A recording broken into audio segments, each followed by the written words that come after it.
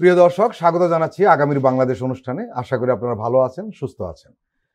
আলোচনার শুরুতেই চলুন আমরা পরিচিত হয়ে নেই আমাদের আজকের দুজন অতিথির সঙ্গে। আজকে আমাদের সঙ্গে রয়েছেন Mujibur Rahman Manju, chairman AB party, রয়েছেন এহসানুল হক মিলন, সাবেক শিক্ষা প্রতিমন্ত্রী এবং বিএনপির নেতা।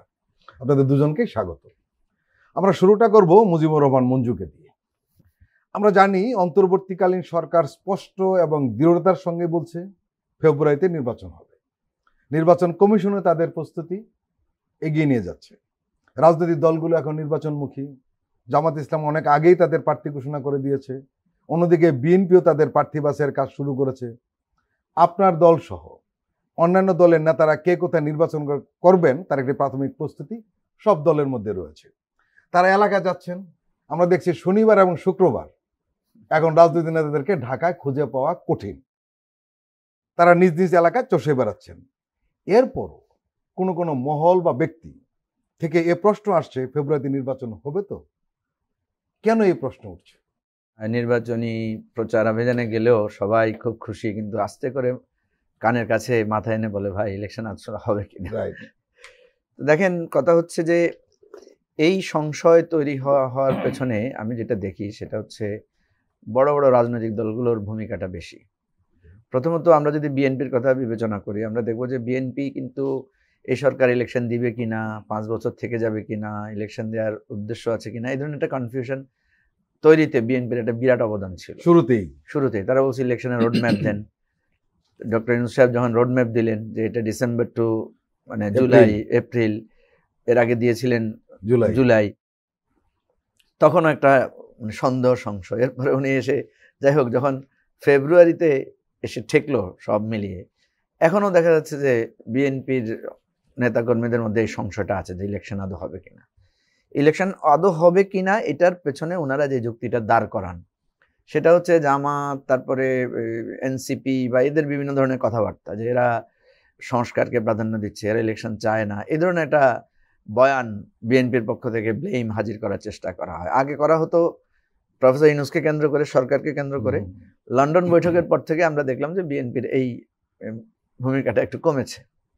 এখন প্রশ্ন হলো যে আসলে আমি যদি বলি যে আজকে বিটিভি খোলা না বন্ধ, তো এইটা আমি কার কাছ থেকে কনফার্ম হব? নিশ্চয়ই আপনার থেকে কনফার্ম হবো, যেহেতু আপনি বিটিভির, আমার দৃষ্টিকোণ থেকে আপনার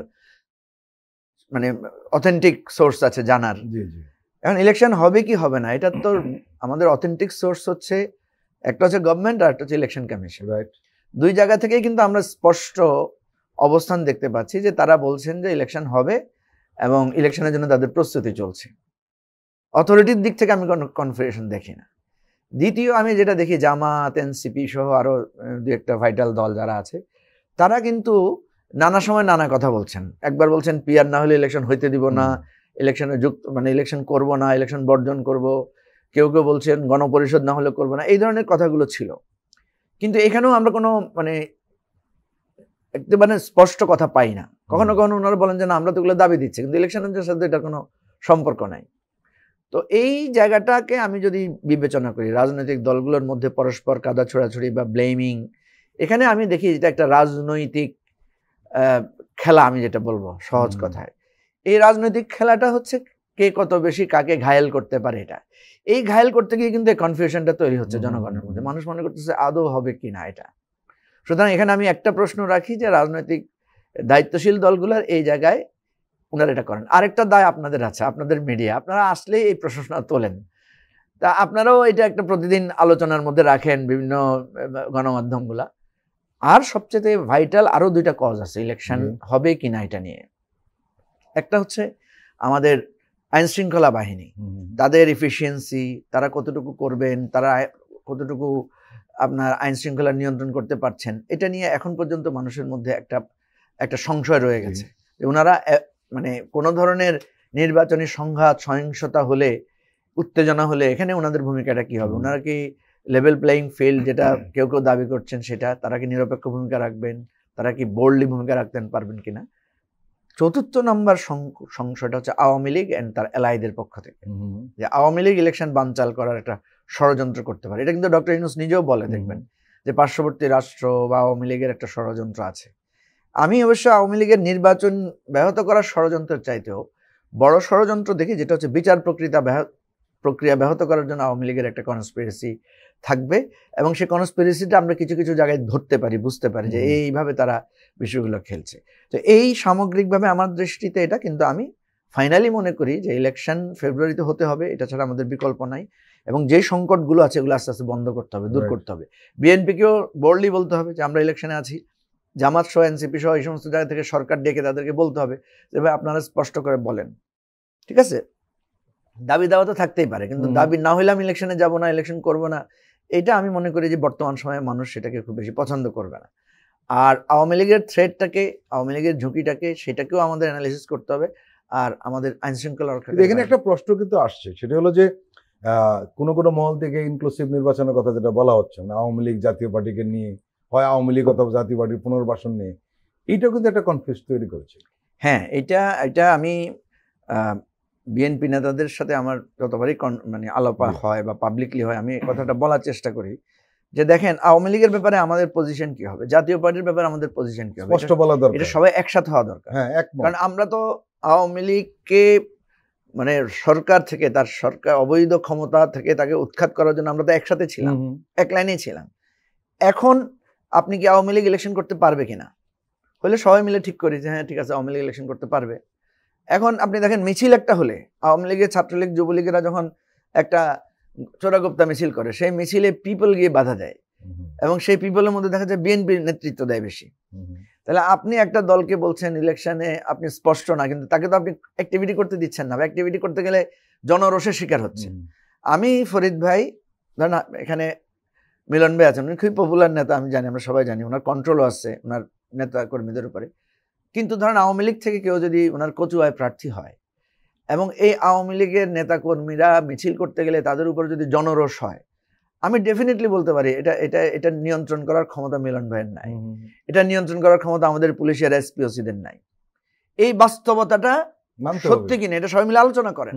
মিলন ভাই যদি বলে যে না আমার এলাকা আমি কন্ট্রোল করতে পারবো, কারণ আপনি যদি একটা দলকে বৈধ স্বীকার করেন তাহলে তার মিছিল বা আধা দেওয়ার তো অধিকার আপনার নাই। এইটাতে আমি মনে করি যে বিএনপির একটা স্পষ্ট পজিশন থাকতে হবে, আমরা সবাই মিলে একটা জায়গায় আসি। এখন কথা হচ্ছে, অনেকে হয়তো বলতে পারেন যে একটা দল নিষিদ্ধ করা গণতান্ত্রিক অধিকার, তার ইত্যাদি প্রশ্ন আসতে পারে। কথা হচ্ছে যে ভাই আমরা কোন সিচুয়েশনে বসবাস করছি। এখানে একটা প্রশ্ন করি, আসলে গত 15 বছরে কি আওয়ামী লীগ কোনো রাজনৈতিক দল ছিল, অথবা জাতীয় পার্টি কি আদৌ কোনো রাজনৈতিক দল? না, এটা তো একদম ভ্যালিড কোশ্চেন। আওয়ামী লীগ তো একটা সন্ত্রাসী, বিশ্বে যতগুলো দলকে নিষিদ্ধ করা হয়েছে সন্ত্রাসী দল হিসেবে, মানবতা বিরোধী দল হিসেবে, আপনার এটাকে বলা যায় যে গণহত্যাকারী দল হিসেবে, প্রত্যেকটা নর্মস আওয়ামী লীগের সাথে যায়, প্রত্যেকটা ইস্যুতে আওয়ামী লীগের সাথে যায়। আওয়ামী লীগ শুধু বাংলাদেশে না, আন্তর্জাতিক আদালতে নিষিদ্ধ হওয়ার মতো এভিডেন্স আছে, মানে এই কাজগুলো করেছে। আপনি শেখ হাসিনার প্রত্যেকটা টেলিফোন কল শুনলে বুঝবেন একটা সন্ত্রাসবাদী দল যেরকম গোপন জায়গা থেকে বলে। ইভেন এখনো আওয়ামী লীগের নেতারা যে ফোনে ফোনালাপ করে, বিভিন্ন রকমের নির্দেশনা দেয়, আপনি দেখেছেন না ওই যে আমেরিকায় মির্জা ফখরুল এবং আক্তার হোসেনের উপর হামলা যে করেছে, সেখানে শেখ হাসিনা কিভাবে তাদেরকে উৎসাহিত করেছে, তাকে টেলিফোন করেছে। হ্যাঁ, তো এই জায়গাগুলো আমি আপনাকে বলি যে এইটাতে সবাইকে বসে একটা, আমি জাতীয় ঐকমত্য করছি আমরা আমাদের সংবিধান পরিবর্তন নানা ইস্যু নিয়ে, এটা নিয়ে একটা ঐকমত্য আমাদের হওয়া দরকার যে আমি আওয়ামী লীগকে কি স্পেস দিব না দিব না, না দিলে কেন দিব না, এটা একটা যুক্তিগ্রাহ্য কথাও মানুষের কাছে হাজির করতে হবে। আওয়ামী লীগ কি পলিটিক্যাল পার্টি না একটা সন্ত্রাসবাদী দল, এই জিনিসগুলো আমাদের সাথে কথা বলতে হবে। এটাতে আমরা যদি একমত হই তাহলে ইলেকশনের থ্রেটটা কমে আসবে। কিন্তু দুর্ভাগ্যজনক কথা সেটা হচ্ছে যে আমরা তলে তলে দেখছি, বিএনপি, জামাত, এনসিপি সহ বেশ কয়েকটা দলকে আমরা দেখছি তারা কোনো না কোনোভাবে আওয়ামী লীগের লোকদেরকে স্পেস দিচ্ছেন। হ্যাঁ, আওয়ামী লীগের লোকদের তো ভোটাধিকার আছে, তাদের তো একটা নাগরিক অধিকার আছে, যার মামলা নাই, যার বিরুদ্ধে কোনো এলিগেশন নাই, তার তো একটা স্ট্যাটাস থাকতে হবে। তো এই জিনিসগুলো নিয়ে একদম ধোঁয়াশা আছে, এটা দূর হওয়া দরকার। মিলন, আসলে উনি লাস্টে একটা শব্দ বলছেন যে ধোঁয়াশা, আসলে ধোঁয়াশা রয়েছে, আর ধোঁয়াশার অনেকগুলি কারণ উনি উল্লেখ করেছেন। আরেকটা কারণ আমি আপনাকে বলতে চাই এবং সেই বিষয়ে আপনার কাছ থেকে জানতে চাইব। সাবের হোসেন চৌধুরীর বাসা এবং জাতীয় পার্টির একাংশের নেতা আমিনুল ইসলাম মাহমুদের কাছে রাষ্ট্রদূতদের আনাগোনা কি ইঙ্গিত দেয়? এসব কারণে কি নির্বাচন নিয়ে ধোঁয়াশা কাটছে না? দেখুন, আমি যেভাবে এটাকে বিশ্লেষণ করব, ওনার কথার প্রেক্ষিতে এই নির্বাচনের স্টেক হোল্ডার কারা? প্রথমে জনগণ, তো জনগণের মধ্যে যদি আপনি সাব গ্রুপ করেন তখন হলো পলিটিক্যাল পার্টি। কারণ জনগণকে বলতে হবে স্বতন্ত্র ক্যান্ডিডেটও থাকে প্লাস পলিটিক্যাল পার্টি থাকে, তাহলে এর সমন্বয়ে নির্বাচনটা হতে হবে। তো এই জায়গাতে আপনি জনগণকে বিভাজিত হয়ে গেছে। জনগণের মধ্যে আমি পলিটিক্যাল পার্টি আনলে একটা পোর্শন ছিল আওয়ামী লীগ সমর্থিত, যে জায়গাটিতে আপনি আসতে চাচ্ছেন। এখন এই আওয়ামী লীগ সমর্থিত ব্যতিরিকেই আপনি ওনার অন্যান্য প্রসঙ্গগুলি যদি আরো একটু পর্যালোচনা করেন, তাহলে আপনি দেখতে পাচ্ছেন যে বর্তমানে যাদের বিরুদ্ধে ইনডাইটমেন্ট করা হবে, চার্জশিট দেওয়া হবে, দিলেই তারা নির্বাচন অযোগ্য ঘোষিত হবে। অযোগ্য। আমরা সেই প্রসঙ্গে পরে আসবো, না আমরা এই প্রসঙ্গে থাকি আপাতত। আমাকে যখন ইনডাইটমেন্ট দেওয়া হলো, আগে বলা হতো যে না, বিচার প্রক্রিয়ার পরে আমি নির্বাচনে অযোগ্য বলিয়া ঘোষিত হইব। এখন তা না, এটা এগিয়ে আসছে। কারণ ইনভেস্টিগেশনের পরে তারা এবার ইনডাইটমেন্ট করছে। ইনভেস্টিগেশনের আগে না, দুদকও করছে বা আইসিটি কোর্টও করছে।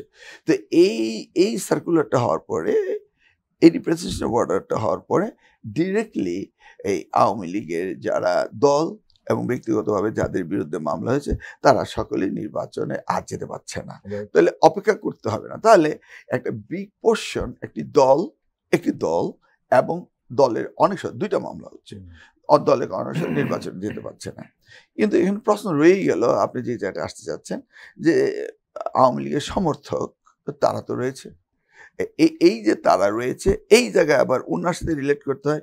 এনসিপি বলছে যে শাপলা না হলে হবো না, আর জামাত বলছে পিআর দিতে হবে। এই যে কনফিউশন, এখন যদি আমরা ওই সার্কুলার অনুযায়ী আমরা দেখি যে আওয়ামী লীগের নেতা বা জাতীয় পার্টির নেতা তারা নির্বাচন করতে পারছে না, তো অপরদিকে এখন চলে আসলো যে যেই পক্ষটা রয়ে গেল NCP, Jamaat, AB party and others, সেই জায়গার মধ্যে যদি স্টেক হোল্ডারের মধ্যে জামাত যদি তার একটা ব্যক্তিগত ইস্যু নিয়ে কথা বলে এবং সিরিয়াসলি কথা বলে, যেমন বলছে যে নির্বাচনের আগে গণভোট হইতে হবে, এই দেশে কি নির্বাচনের আগে গণভোট করার সক্ষমতা রাখে? আর এই গণভোটে এই ঐক্যমত্যের ডিসিশনগুলো আমরা এত সকলেই বুঝে ফেলবো যেখানে সাক্ষরতার হার কত সেটাই ঠিক মতো আমরা জানি না। তো সেই জায়গায় আমরা এই ঐক্যমত্যের সেই প্রত্যেকটা বিষয় খুঁটিনাটি আমরা বুঝে ফেলবো জুলাই সনদের ব্যাপারে। সেই জন্য আগাম নির্বাচন করতে হবে। তার মানে কি? নির্বাচনকে পুশব্যাক করা। এটা তো স্পষ্ট বোঝা যায় যে আপনি এত বড় ঐক্যমত্যের 84টা আইটেমকে আমার বাংলাদেশের হাটে মাঠে ঘাটে খেটে খাওয়া মানুষ সেটা বুঝে ফেলবে এবং সেটাকে গিয়ে গণভোটে গিয়ে সে ভোট দিতে পারবে। এই ধরনের কথা যখন বাংলাদেশের রাজনীতিবিদ হয়ে আপনি বলছেন, তখন তো আমার কাছে কিন্তু এখানে সংস্কারের ব্যাপারে যেটা বললেন সেটা হলো আসলে সেখানে যেটা থাকবে ওখানে কি থাকলো সেটার বিষয় না, সেটা দেখবেন আপনারা মঞ্জুবারে যে বৈঠক করেন সেখানে দেখবেন যেখানে কি কি থাকলো চার্টারে। জনগণকে তো জানতে চাইবে যে আপনি এটা সমর্থন করেন কি করেন। না না না, আপনি এটা বললে হবে হ্যাঁ না, ভোটের মতোই হবে আসলে। না, এটা তো হতেই পারে না, কারণ এখানে তো জনগণকে এত বোকা ভাবা আমি বোকা ভাবছি না, 84টা পয়েন্ট যদি আমি ঐক্যমত্যের ডিসিশনের প্রত্যেক আমি 84 পয়েন্ট এখন ডিসকাশন করছি, উনি তার মধ্যে 50টা পয়েন্টই এলোমেলো করে ফেলবেন। ভাই এই ধরনের অন্য প্রসঙ্গে যাই, এই বিষয়ে যাই। সেটা নির্বাচন মুজিবুর রহমান মঞ্জু একটা কথা বলেছেন চমৎকার, সেটি হলো যে এই যে আওয়ামী লীগ বা জাতীয় পার্টির ব্যাপারে রাজনৈতিক দলগুলোতে এক জায়গায় বসতে পারে এবং এর দায়িত্ব খুব বেশি পড়েছে বিএনপির উপর। কেন পড়েছে? কারণ আমরা দেখলাম যে আওয়ামী লীগের কার্যক্রম নিষিদ্ধ হবে কি হবে না, বিএনপি একটা কথা বলতে এটা জনগণের ইচ্ছা। 5ই অগস্ট ওনারা অনেক সময় ভুলে গেছেন, কারণ 5ই অগস্টে জনগণ রায় দিয়েছে আওয়ামী লীগ থাকবে কি থাকবে না। জাতীয় পার্টির ব্যাপারে একই কথা, আমরা দেখেছি জাতীয় পার্টির নেতাদের সঙ্গে বিএনপির হাইকমান্ড খুব টপ লেভেলের লিডাররা বৈঠক করেছেন এবং তাদেরকে বিরোধী দলে আনার ব্যাপারে একটা কথাবার্তা বাজারে রয়েছে। এই রাজনৈতিক দলগুলো যদি এক জায়গায় এসে বসতে পারতো যে আওয়ামী লীগ এবং জাতীয় পার্টির ব্যাপারে তাদের সিদ্ধান্ত কি, তাহলে কিন্তু সমাধান হতো, এত জামালা হতো না, আলোচনায় আসা হতো, আমাদের আসা হতো। আমার মনে কিন্তু বিএনপি সেই কাজটা করছে না কেন? আপনার কথা মনে পড়ে গেল সেই ছোট্ট গল্প, বিড়ালের গলায় ঘন্টা বাঁধবে কে, তাই না? আমরা একটু যদি ইন বিটুইন কথা বলি তাহলে একে কখনো বানানো হয় ওপারের দালাল, আবার কখনো বা এদিকে যদি কথা বলি তাহলে বলা হয় এই ফ্যাসিস্ট সরকারকে। মিলন, আমি এখানে একটু সংশোধনী দিই আপনার জন্য। সেটি হলো আমরা বিএনপিকে এইভাবে আক্রমণটা করি কেন? এর মূল কারণটা হলো দুটো। একটি হলো বিএনপি বাংলার সবচেয়ে বেশি বড় রাজনৈতিক দল এবং ধরে নেওয়া হয় বিএনপির সামনে ক্ষমতা আসার সবচেয়ে বেশি সম্ভাবনা। ক্ষমতা না আসলেও এখনো ক্ষমতা আছে, এবং ক্ষমতা না আসলেও এখন ক্ষমতার মতোই ব্যবহার করছে নানান জায়গায়। এই কারণে কিন্তু আমরা সমালোচনাটা তাকে করি, কারণ আমরা মনে করি বিএনপি দায়িত্বশীল না হলে দেশ এবং জাতির সমস্যা পড়বে। বলুন এখন। হ্যাঁ, আমরা তো জানি আমাদের গাছে ফল বেশি, তো গাছটা নুজু হয়ে আছে, সেই জন্য আমরা তো নুজু হয়েই আছি। আমাদের ফল বেশি, গাছটা নুজু হয়ে আছে, ঝুঁকে আছে মাটির দিকে, আমরা তো নুজু হয়ে আছি।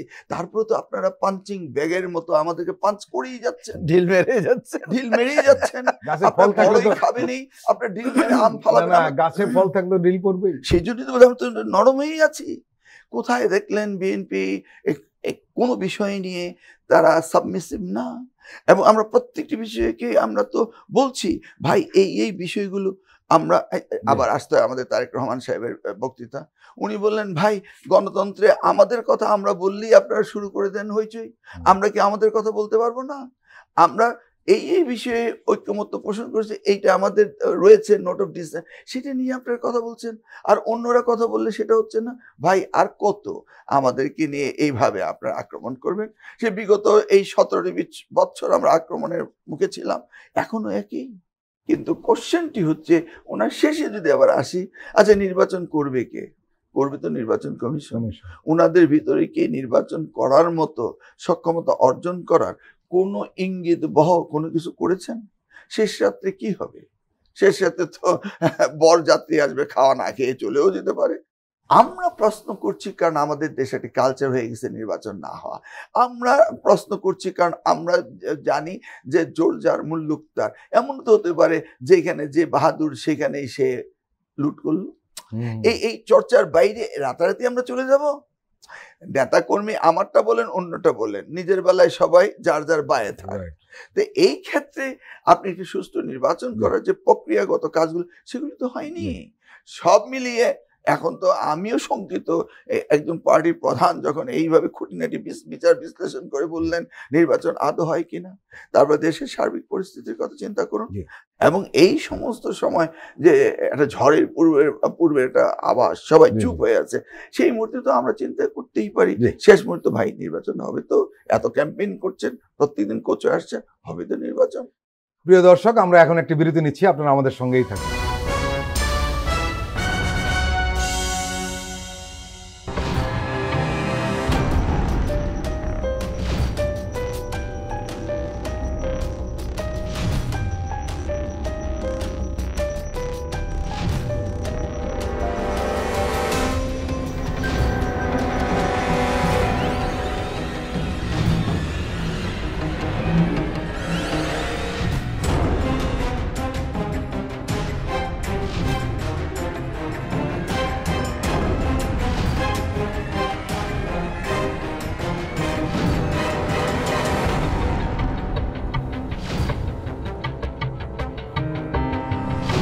কেমন আছে অর্থনীতি দেখবেন প্রতি সোম ও মঙ্গলবার রাত 10:20।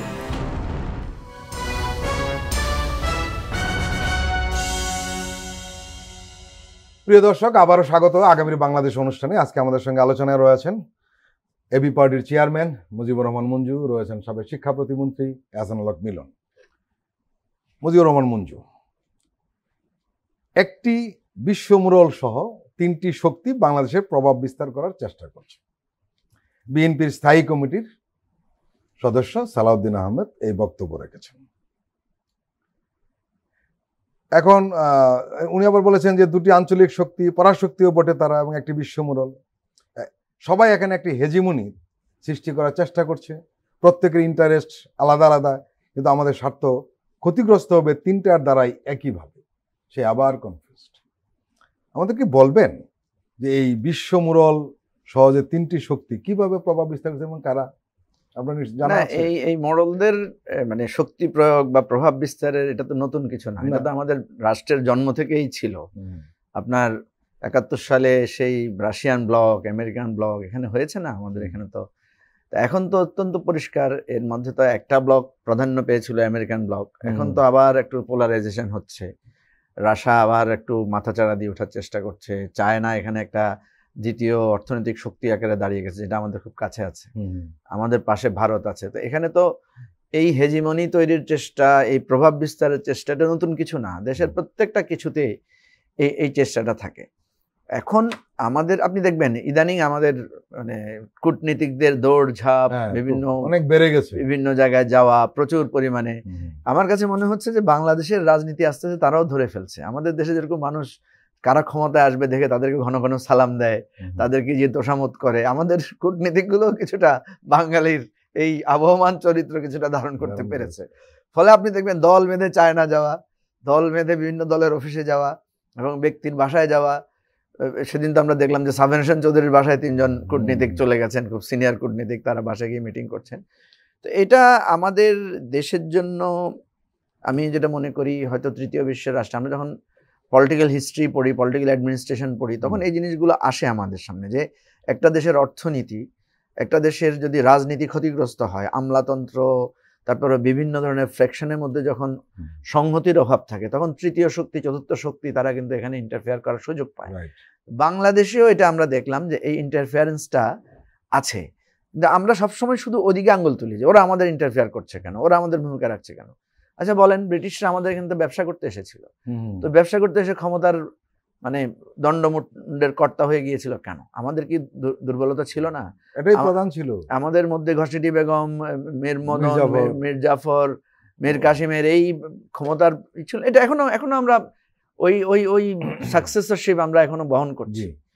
ফলে এইটার কারণ একটাই, আমরা মুখে বলছি যে সবার আগে বাংলাদেশ, বা আমরা সবাই বলছি এটা আমার বাংলাদেশের স্বকীয়তাতে থাকবো। এই স্বকীয়তা নিয়ে মুখে বললে হবে না, স্বকীয়তা নিয়ে থাকতে হবে। আপনি দেখবেন আমাদের প্রবণতা আছে, আমাদের কোনো একটা আপনি তো বাংলাদেশের লোকদের সামনে মিটিং করছেন, সেখানেও আপনি অনেকগুলো ইংরেজি শব্দ ব্যবহার করছেন, ইংলিশ বলছেন। আরে ভাই, ইংলিশ তো একটা ভাষা, তো সেটা আপনি তো আমার এখানে তো সবাই আমার বাংলা বুঝে, এমন না যে 2-4টা মানে বাংলা অবুঝ লোক আছে, সেখানে কিন্তু আমি অহরহ ইংরেজিতে কথা বলছি, তাই না?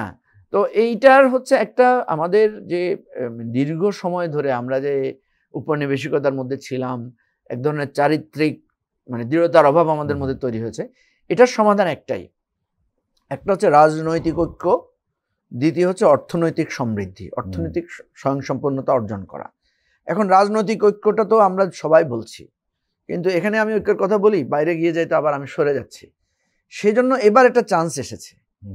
এই গণ অভ্যুত্থানের প্রেক্ষিতে আমাদেরকে কিছু কিছু জায়গায় কমিটমেন্ট করতে হবে। আপনি দেখেন প্রধান উপদেষ্টা কয়েকটা উদ্যোগ নিয়েছিলেন। একটা উদ্যোগ নিয়েছিলেন যে ইন্ডিয়ান প্রেস যখন আমাদের বিরুদ্ধে বিরাট অপপ্রচার চালাচ্ছিল, তখন উনি সব রাজনৈতিক দলকে এক জায়গায় এনে একটা মিটিং করেছিলেন, আমরা সবাই এক লাইনে দাঁড়িয়েছিলাম।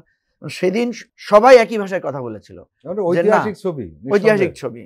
তো এই জায়গায় আমাদের পররাষ্ট্রনীতির জায়গাটাতে, যেটা সালাউদ্দিন সাহেব বলেছেন, আমি সেলিউট করি ওনার কথাকে, উনি শুধু ভারতকে মেনটেন করেন না, উনি এক লাইনে সবাইকে বলেছেন যে নো, আমাদের জায়গাতে আমাদের থাকতে হবে। আমরা কেন এটা বলতে পারি না?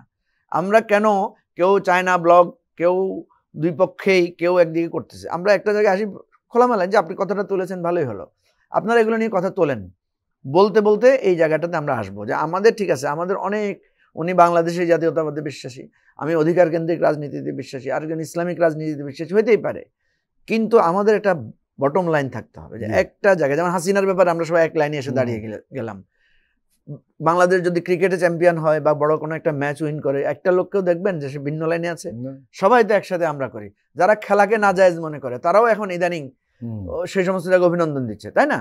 তো এখন আমার কথা হচ্ছে যে এই জায়গাটায় আমাদের কিছু কিছু চিহ্নিত করা দরকার যে এই জায়গায় আমি ঐক্যবদ্ধ। ধরুন নকল, ওই যে উনার কথাটা ওনাকে দেখেই মনে পড়ে, চেহারাটা আসল, কিন্তু কেন কেন ওনাকে দেখলে নকল নকল মনে হয়। মানে এটা খারাপ অর্থে না, মানে নকল বন্ধ করেছেন বাংলাদেশে। এখন এই যে নকল বন্ধের ব্যাপারে ওনার যে একটা অ্যাচিভমেন্ট, আপনি বলেন ফরিদ ভাই, আমরা তো প্রায় একই জেনারেশনের লোক, তাহলে আপনি যে নকল বন্ধ করেছেন, কেউ কি বলেছে যে এহসানুল হক মিলন একটা খারাপ কাজ করেছে? তখন কিন্তু সমালোচনা হয়েছে, উনি হেলিকপ্টার নিয়ে যান, এই করেন সেই করেন ইত্যাদি ইত্যাদি, ওনার কাজ নাকি উনি যায় নকল ধরেন, উনি মিনিস্টার। কিন্তু একটা জায়গায় তো হয়েছে। এখন আমাদের বাচ্চাদেরকে যদি আপনি শোনান যে জানালা দিয়ে যাইয়া মা বাবারা নকল দিত বাচ্চাদেরকে, বিশ্বাস করতে পারবে এই জেনারেশন? কল্পনাই তো করা যায় না। আমাদের বাচ্চাদেরকে যদি আমি বলি যে বাবা তোমার পরীক্ষার সময় আমি থাকবো, তোমাকে বলে দেবো, বাচ্চা বলবে পাগল নাকি, হাউ খারাপ বলবে যে তুমি এটা কি বলতেছো। এখনকার বাচ্চারা তো একজন একজন থেকে দেখে লেখাটাকেও নিরুৎসাহিত করে। হ্যাঁ, চিট ওরা বলে যে তুমি চিট করছো, মানে আমি দেখলাম ওদের ভাষা আর কি। তাইলে আমাদের পক্ষে তো সম্ভব, ওই জেনারেশনে কেউ ভাবতে পেরেছে যে নকল বন্ধ করা সম্ভব? সম্ভব ছিল না। ওই সমস্ত কলেজগুলো, স্কুলগুলো যাদের হিউজ পরিমাণে হ্রাস হয়ে যেত মানে ওই পরীক্ষার সময়, এখন যা দেখেন ওগুলোতে স্টুডেন্ট নাই। হ্যাঁ, ঠিক আছে, ওই সমস্ত জায়গাটা বাজার বসে যেত, বাসা ভাড়ি, বাজার জমজমাট ছিল, ভাড়া একটা ব্যবসা ছিল। এখন ওগুলো বন্ধ হয়ে গেছে, একটার সাথে একটা রিলেটেড। এই জন্য হ্যাঁ, নকল ইকোনমি। তো এই জন্য বলছি যে আমাদের জাতীয় ঐক্যের জায়গাগুলো চিহ্নিত করতে হবে, এবং ঐক্য যে করা যায় না কথাটা ঠিক না। আপনি কিছু কিছু জায়গা ধরে ধরে, ছোট ছোট জায়গা ধরে ধরে, এবারে দেখেন কোটার ব্যাপারে কি হয়েছে। কোটা তো ভাই এভেল করে অল্প কিছু অংশ, কোটা এফেক্ট করে কাকে? ওই যে প্রাইভেট ইউনিভার্সিটিতে পড়ে তাকে কি কোটা এফেক্ট করে? মাদ্রাসায় যে পড়ে তাকে কি কোটা এফেক্ট করে? ওইভাবে তো করে না। কোটা এফেক্ট করে আমাদের মেইন স্ট্রিম পড়ায় যারা। কিন্তু ওই কোটার জন্য কেন কৃষক কথা বলেছে? ওই কোটার বিরুদ্ধে কেন বিদেশ থেকেও কথা এসেছে? ওই কোটার জন্য কেন প্রাইভেট ইউনিভার্সিটির ছেলেরা এক কাতারে দাঁড়িয়েছে? বৈষম্য আকারে যখন আমি হাজির করব, আমি যখন ইস্যুটাকে ন্যাশনাল ইন্টারেস্ট আকারে হাজির করব, দেখবেন সারের জন্য ওই আপনার ইংলিশ মিডিয়াম পড়ুয়া ছেলে কথা বলবে, কারণ ও হয়তো সার ওকে এফেক্টও করে না, ও সারের বিষয়টা বুঝেও না, কিন্তু সে যখন বুঝবে এটা আমার ন্যাশনাল ইন্টারেস্টের জন্য ইম্পর্টেন্ট, তখন সে ঐক্যবদ্ধ হবে। তো আমরা যদি এই জায়গাগুলোতে আপনি যেটা বলেছেন যে এই বিদেশি প্রভুত্ব হেজিমনির ব্যাপারে যদি আমরা একটা জেনারেল সেন্স বা একটা কমন ইস্যু রেজ করতে পারি, দাঁড় করাতে পারি, তাহলে এটা আমি মনে করি একটা সমাধান সম্ভব। এহসানুল হক মিলন, আপনি নিশ্চয়ই দেখেছেন যে ডিপ্লোম্যাটিক করেসপন্ডেন্ট অ্যাসোসিয়েশন বাংলাদেশের একটি প্রতিনিধি, যেটা ডিকেপ নামে পরিচিত এই সংগঠনটা, ভারত সফরে গিয়েছেন। ভারত সরকারের আমন্ত্রণে ডিকেপের 23 সদস্যের প্রতিনিধি বর্তমানে দেশটি সফর করছেন। সোমবার নয়াদিল্লিতে ভারতের পররাষ্ট্র মন্ত্রণালয়ে ডিকেপ প্রতিনিধি দলের সঙ্গে মত বিনিময় করেন দেশটির পররাষ্ট্র সচিব বিক্রম মিস্ত্রি। এ সময় ভারতের পররাষ্ট্র মন্ত্রণালয়ের মুখপাত্র রণধীর জয়সওয়াল ও যুগ্ম সচিব, যিনি বাংলাদেশ ও মিয়ানমার বিষয়টা দেখেন, বি শ্যাম উপস্থিত ছিলেন। আমরা দেখলাম যে হাসিনা পালিয়ে যাওয়ার পর বিক্রম মিস্ত্রি যেসব কথাবার্তা বলে আসছিলেন, সেই একই ধরনের কথাবার্তা ডিকেবের প্রতিনিধি দলকে বলেছেন। বিক্রম মিস্ত্রি বলেছেন, বাংলাদেশের সম্ভাব্য দ্রুততর সময়ে কোট আনকোট অবাধ, সুষ্ঠু, অন্তর্ভুক্তিমূলক ও অংশগ্রহণমূলক নির্বাচনের প্রতি ভারতের সমর্থন রয়েছে। তিনি আরও বলেছেন যে নির্বাচনের মাধ্যমে জনগণের রায় নিয়ে যে সরকার আসবে তাদের সঙ্গে কাজ করতে আমরা প্রস্তুত রয়েছি। হাসিনা যখন একতরফা রাতের এবং দামি নির্বাচন করেছে, তখন নয়াদিল্লি অন্তর্ভুক্তিমূলক ও অংশগ্রহণমূলক নির্বাচনের কথা কিন্তু বলেনি। এখন কেন বলছে তারা? দেরিতে হলেও তাদের শিক্ষা হয়েছে, বুঝতে পেরেছে। কারণ একে একে তাদের হাতে যতগুলি বল ছিল সবগুলি কিন্তু শেষ হয়ে গিয়েছে। নেপাল গিয়েছে, মালদ্বীপ গিয়েছে, ভুটান গিয়েছে, শ্রীলঙ্কা গিয়েছে, দেখলেন তো। যেতে যেতে যেতে তখন তারা শিখে এখন তারা রিয়ালাইজ করার দিকে যাচ্ছে। তো সেই জন্য তারা বলছে এটার জন্য শুভবুদ্ধির উদয় হয়েছে। আই মাস্ট কনগ্রাচুলেট দ্যাম, যে আগে বলেনি এখন বলেছে। তো বিলম্ব হলে তো শিখেছে। এখানে একটা কথা রয়েছে কিন্তু, অবাধ, সুষ্ঠু, অন্তর্ভুক্তিমূলক নির্বাচন, সেখান থেকে সরে আসেনি। না, মিলন ভাই, এখানে কিন্তু অন্তর্ভুক্তি শব্দ বাদ দিয়ে এটা কি উপলব্ধি না এটা হচ্ছে চালাকি, সুযোগ বুঝে নিজের পক্ষে কথা বলা, সেটা হলো প্রশ্ন। যেটাই হোক, অন্তর্ভুক্তি নির্বাচনের কথা সুজাতা সিং শেখেনি, মোদী সরকার শেখেনি, এখন শিখছে। ভারত বুঝতে পারছে, আমার মনে হয়, আমি এটা পজিটিভলি দেখব, কারণ তারা এটা বুঝতে পেরেছে যে আওয়ামী লীগের সাথে মোদী বিজেপির সম্পর্ক দলীয় সম্পর্ক ছিল, সরকার টু সরকার না, জনগণের সরকার না। আওয়ামী লীগ সরকার, কংগ্রেস বিজেপিকে আলাদা করেন আপনার কথাটাই, সরকার টু সরকার সম্পর্ক হয়েছিল। এখন দেখতে পেয়েছে সরকার টু সরকার সম্পর্ক হওয়ার কারণে, স্টেট টু স্টেট সম্পর্ক না হওয়ার, জনগণ টু জনগণ সরকার সম্পর্ক না হওয়ার কারণে দে আর লুজার। তাদের বিলিয়নস অফ ডলার যে ট্রেড গ্যাপ ছিল, এই গ্যাপটা এখন পূরণ হয়ে যাচ্ছে। মানে তারা আর এক্সপোর্ট করতে পারছে না, আমরা তাদের ইম্পোর্ট করতে পারছি না। এই গ্যাপটা তাদের, মনে করেন এই যে ট্যুরিজম, এই যে মেডিকেল ট্যুরিজম, এডুকেশন, এই জায়গায়, তারপর তাদের যে আমাদের দেশে যে রেমিটেন্স নিত তারা, এগুলি আস্তে আস্তে তাদের দরজা বন্ধ হয়ে আসতেছে। এখন তাদের দে আর ভেরি মাচ লুজার। এখন একটাই আছে কি জানেন, তারা ওই আমাদের 3 দিকে আছে, ভাইবেছে যে 3 দিকে আমরা, একদিক বঙ্গোপসাগর, আর দিস ইজ ওয়াইড ওপেন। এই যে আপনি ওনাকে যে প্রশ্নটা করলেন, সালাউদ্দিন সাহেব যেটা বলেছে, ভাই এই জোকাররা দেখবেন 2 হাতে 5টা বল নিয়েও খেলতে পারে। এখন তো আর সেই দিন নেই, সেজন্যই সাংঘর্ষিক হয়ে যাচ্ছে সবকিছু। কিন্তু আমরা যদি বলি যে ভারতের একটা মায়া কান্না, কি বলবেন আপনি?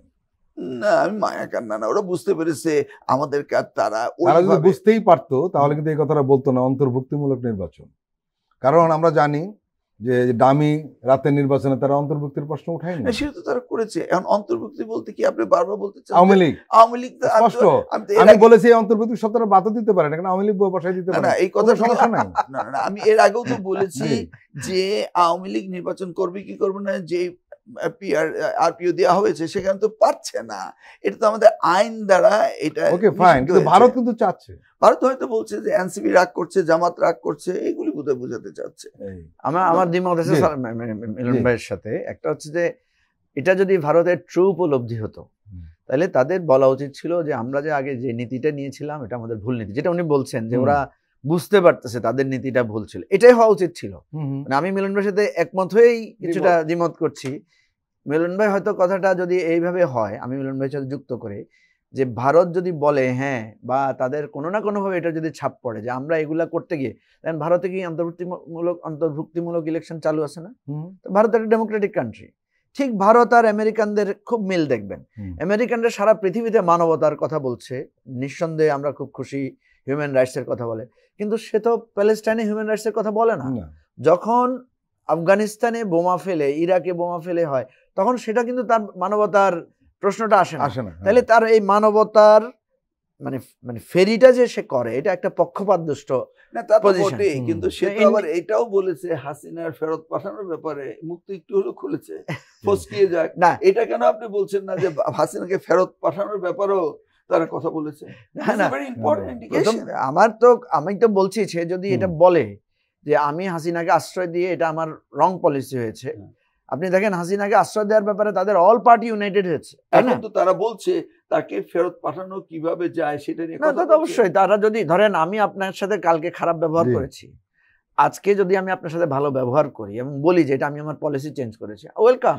সেই জায়গায় তারা চালাকি করবে, তারাও দেখবে যে এটা রাজনৈতিকভাবে বন্দি বিনিময় চুক্তির মধ্যে যে ক্লজগুলিতে রয়েছে, রাজনৈতিকভাবে যদি তাকে হেয় করা হয়, সেই জায়গায় এই গ্যাপগুলি নিয়ে তারা দেখবেন হাইকোর্টে সুপ্রিম কোর্টে যাবে, ভারতের হাইকোর্টে যাবে, তারা খেলুক। কিন্তু এখন যে তারা ফেয়ার গেমে এসছে, এই জন্য ধন্যবাদ মিলন ভাই।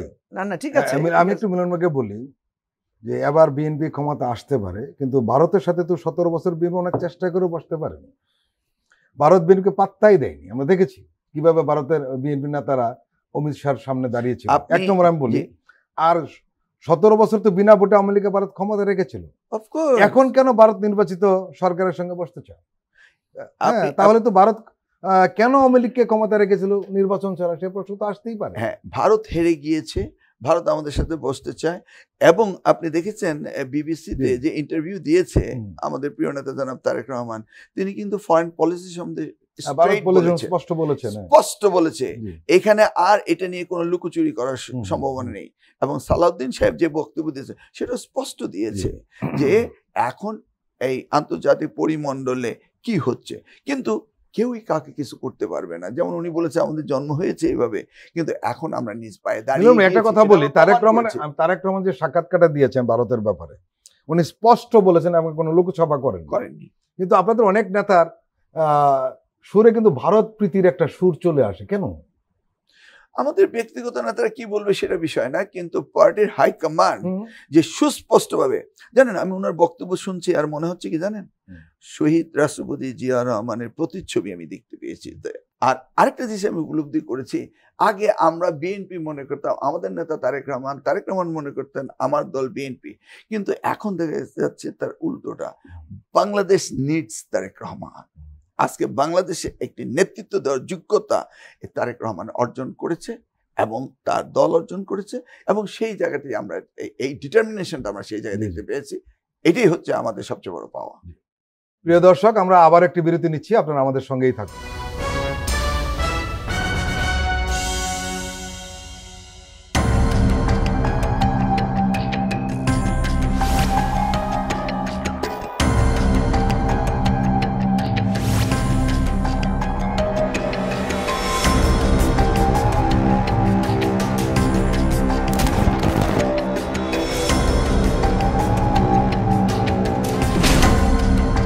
ফ্যাসিবাদের দিনলিপি, গবেষণা ও উপস্থাপনা সাইদ খান, প্রযোজনা আফরোজা সুলতানা ও মামুন মাহমুদ। দেখবেন প্রতি রবি থেকে বৃহস্পতিবার সন্ধ্যা 7টায়।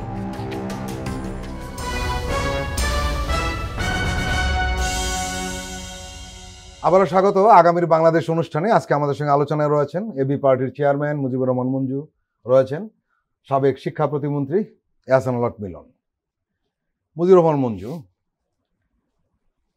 বিক্রম মিস্ত্রি একটা কথা বলেছেন যে নির্বাচনের মাধ্যমে জনগণের রায় নিয়ে যে সরকার আসবে তাদের সঙ্গে কাজ করতে আমরা প্রস্তুত রয়েছি। বাংলাদেশের নির্বাচনে যদি ইসলামপন্থী আর সেন্ট্রিস্ট আর বামেদের এন্টি ইন্ডিয়ান ফ্রন্ট ক্ষমতা আসলো ধরে নেন, তখন কি তারা একই কথা বলবে মনে হয়? না, একটা জিনিস হচ্ছে তো কাজ তো করতে সে মানে তার যে স্টেট টু স্টেট রিলেশনশিপ, এটার জন্য তো তাকে এঙ্গেজ থাকতেই হবে। সে আগে বিএনপি সরকার ছিল, বিএনপির সাথে কাজ করেছে না? করেছে। এখন ধরেন তার সে বিভিন্ন মুসলিম দেশের সাথে ইন্ডিয়ান তাদের কাজ হচ্ছে না, তারা তো কাজ করবে। একটা যত জায়গায় তার দূতাবাস আছে, যত জায়গায় তার স্বার্থ সংশ্লিষ্টতা আছে, তাকে তো কাজ করতে হবে।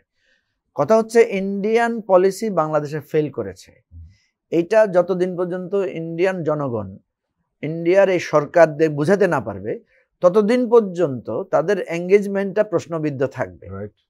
ঠিক আছে, আপনি যে প্রশ্নটা মিলন ভাইকে করলেন যে ভারতের সাথে ভারত এবং বিএনপি, আচ্ছা ভারত বিএনপির সাথে সমস্যা কি? বিএনপি তো একটা রাজনৈতিক দল, তাই না?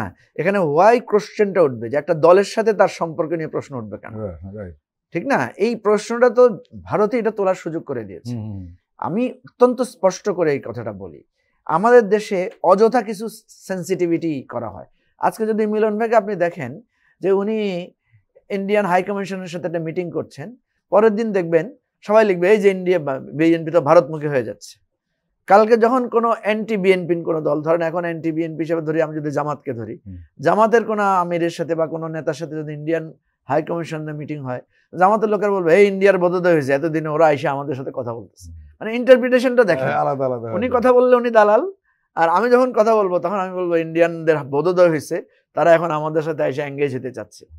ঠিক বিএনপিকেও আমি দেখি, মানে এই যে পরস্পর আমাদের এই ট্যাগিং করা, কারোর সাথে কেউ কথা বললেই সে দালাল হয়ে যেতে পারে, কারোর সাথে কেউ বসলেই কি তার হয়ে যায়। এইগুলো আমরা অতীতে করেছি। ধরেন আপনিও যদি বলেন যে হ্যাঁ আপনিও তো করেছেন, হয়তো দেখবেন যে হ্যাঁ আমিও করেছি, কিন্তু সময় এসেছে এটাকে রিভাইজ করার। আমি যদি করে থাকি আমাকে বলতে হবে যে আমি এটা ভুল করেছি, আমরা একটা নতুন কাজটা করি। আরে ভাই, বিএনপির সাথে আমার লড়াইটা হবে পলিসি ইস্যুতে। বিএনপি কার সাথে বসলো, কার সাথে হাসি মুখে কথা বললো, বিএনপি কোথায় যায় মন্দিরে মানে ইয়া করলো, রাজনৈতিক বুঝতে হবে এটা কি রাজনৈতিক বক্তব্য না এটা তার পলিসি শিফটিং। এই জায়গায় আমি আপনাকে যেটা বলি, ইন্ডিয়ানরা বাংলাদেশের নতুন সরকার হলে তার সাথে সে কাজ করবে, যতক্ষণ পর্যন্ত শেখ হাসিনার ইস্যুটা সে ফয়সালা না করবে, ততক্ষণ পর্যন্ত পিপল টু পিপল যে গ্যাপটা তৈরি করেছে সরকার, এটা যাবে না। কারণ আমার দেশের একজন গণহত্যাকারী, আমার দেশ থেকে যিনি অবৈধভাবে পালিয়ে গেছেন, যিনি আমার দৃষ্টিতে অপরাধী, মানবতা বিরোধী অপরাধী, তাকে যখন ইন্ডিয়া কোনো কষ্ট ছাড়া আশ্রয় দেয়, তাহলে হাসিনাকে কি জন্য সে আশ্রয় দিয়েছে তাকে ব্যাখ্যা করতে হবে। ইন্ডিয়া এমন একটা, আমি বলি যে ইন্ডিয়া এমন একটা মানে এটা ফাটাবাসে পড়েছে। দেখেন, সে যদি হাসিনাকে আশ্রয় না দেয়, ভবিষ্যতে সে আর বাংলাদেশে কোনো দালাল পাবে না। কারণ বাংলাদেশের নতুন কেউ দালাল হইতে চাইলে চিন্তা করবে ভাই আমি বিপদে পড়লে তো সে আমাকে আশ্রয় দেবে। ইন্ডিয়া এই বুদ্ধিটা করতে পারতো, তার তো আরো পৃথিবীতে বিভিন্ন জায়গায় তার ক্লোজ ফ্রেন্ড আছে, চেষ্টা করেছে আমাদের জানা মতে, কিন্তু পারে না। আচ্ছা, তার তো আরো 2-4টা ফ্রেন্ড থাকার কথা, সেখানে সে সেখানে পাঠিয়ে দিতে পারতো, তাও এতটুকু পারে না। আচ্ছা যাই হোক, তাও তো তাকে আমরা এতটুকু সে শেল্টার পেত। এখন বিএনপি যে আওয়ামী লীগের সাথে, বিএনপি যে ইন্ডিয়ার সাথে ডিল করবে, আমি বিএনপি বলছি না, নেক্সট গভর্নমেন্ট যেই আসুক, প্রধান এই প্রশ্নটা তো ফয়সালা করতে হবে। আদার দেন পিপল তো অ্যাকসেপ্ট করবে না। আপনার সাথে আমার বিরোধ যেটা নিয়ে তারেক রহমান সাক্ষাৎকার এই বিষয়ে স্পষ্ট বলেছেন যে জনগণ, আমি তো জনগণের সঙ্গে থাকতো। এই জন্য বলছি ভারত বাংলাদেশের যে মিসট্রাস্ট, দেখেন ভারত আমাদের অকৃত্রিম বন্ধু হিসেবে আবির্ভূত হয়েছে 71 সালে। হ্যাঁ, তার একটা বিহাইন্ড দি তার স্টেপস, সেখানে একটা ডার্ক, তার একটা প্ল্যান থাকতে পারে, তার একটা উদ্দেশ্য থাকতে পারে। উদ্দেশ্য ছাড়া কোনটা ভাই? আপনি আমাকে ডাকছেন একটা উদ্দেশ্যে ডাকছেন না, আমি কি আমার কোনো উদ্দেশ্য ছাড়া এখানে আসছি?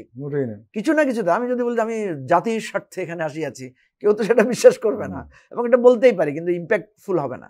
ভারত আমাদের আশ্রয় দিয়েছে, যুদ্ধে সহযোগিতা করেছে, অসাধারণ একটা কাজ করেছে। কিন্তু আপনি দেখেন এই যুদ্ধে যারা ভাইটাল রোল প্লে করেছে, জিয়াউর রহমান, মেজর জলিল, আতল গনি উসমানী, ইভেন আমাদের ডাক্তার জাফরুল্লাহর মতো লোকেরা যারা খুব ভাইটাল রোল প্লে করেছে, তারা কিন্তু যখন ভারতের বিরুদ্ধে দাঁড়িয়ে গেছে যে তুমি আমাকে সাহায্য করেছো ঠিক আছে, কিন্তু ভাই আমাকে তো তুমি কিনে নাও না, আমি তো তোমার দাস হওয়ার জন্য যুদ্ধ তোমার সহযোগিতায় নেই। দেন পিপল কিন্তু এদের পক্ষে চলে আসছে, পুরা প্রসঙ্গটা এদের পক্ষে চলে আসছে। কিন্তু যারা ভারতীয় আধিপত্যবাদের বিরোধিতা করে যুদ্ধে অংশ নেয় নাই, পিপল কিন্তু তাদেরকে সাপোর্ট করে নাই। পিপল এন্টি ইন্ডিয়ান টোটাল সাপোর্টটা গেছে জিয়াউর রহমানের পক্ষে, গেছে আপনার মেজর জলিলদের পক্ষে। সেই জন্য এখানে একটা জিনিস খেয়াল রাখতে হবে যে এই জিনিসটা এভাবে ডিল করতে হবে যে আমি ভারতের সহযোগিতাও নিয়েছি, ভারতকে বন্ধু হিসেবে নিয়েও যুদ্ধ করেছি, কিন্তু যখনই আমার ন্যাশনাল ইন্টারেস্ট আসবে তখন আমাকে সেখানে স্পষ্ট করে দাঁড়াতে হবে। নেক্সট বাংলাদেশের গভর্নমেন্টকে এই পলিসিটা ফলো করতে হবে যে মাওলানা ভাসানী, জিয়াউর রহমান, মেজর জলিল, ডক্টর জাফরুল্লাহ চৌধুরী তারা যে লাইনটা নিয়েছে এই লাইনটাই আমাদের, জাফরুল্লাহরা ইন্ডিয়া গিয়ে মানে সেখানে যুদ্ধের ট্রেনিং নিয়েছে না, আমাদের জেনারেল জিয়া থেকে শুরু করে যত মুক্তিযোদ্ধারা আছেন তারা ভারতীয় মিত্র বাহিনীর সাথে একসাথে করে যুদ্ধ করেছে না, করেছে তো।